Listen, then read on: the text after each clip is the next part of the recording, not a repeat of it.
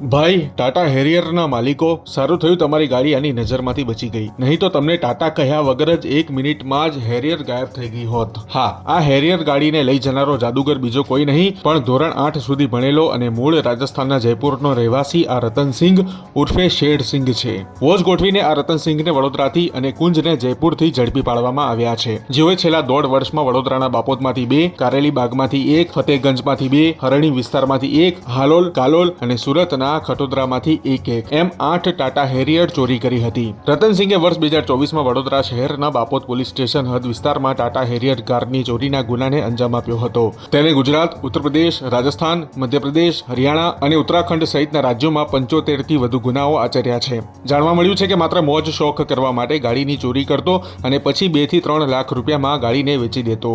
તે પહેલા રેકી કરતો, પછી ટાટા હેરિયર દેખાય એટલે મોકો જોઈને તેની પાસે જતો, માસ્ટર કીની મદદથી ગાડી ખોલતો, સ્ટેરિંગ નીચે આવેલા સોકેટમાં ઇલેક્ટ્રોનિક ડિવાઇસ કનેક્ટ કરીને કારને લોક મોડમાંથી અનલોક કરતો, સાયરનના વાયર કાપતો અને પછી ગાડીને રાજસ્થાન લઈ જતો અને નંબર પ્લેટ બદલી નાખતો. હાલમાં પોલીસે તેની ધરપકડ કરીને વધુ પૂછપરછ હાથ ધરી છે. એટલે જોવાનું રહ્યું કે શું ખુલાસા થાય છે. પરંતુ તમે શું કહેશો? કરો કોમેન્ટ.